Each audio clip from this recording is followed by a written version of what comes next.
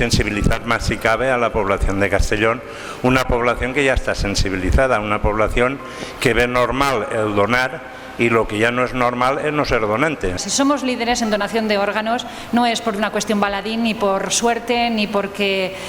nos hayan señalado, sino simplemente por 40 años de trabajo de una asociación como Alcer Castalia, que ha hecho que en esta provincia y en esta ciudad se sensibilice a la población, desde los más pequeños a los más mayores, de que la donación de órganos és dar vida. La província de Castelló, efectivament, no pot seguir més temps sense una unitat de trasplant renal, i viure a Castelló, que és l'autora de totes aquestes xifres, no pot ser un hàndicap, no?, per als nostres malalts. Necessitem aquesta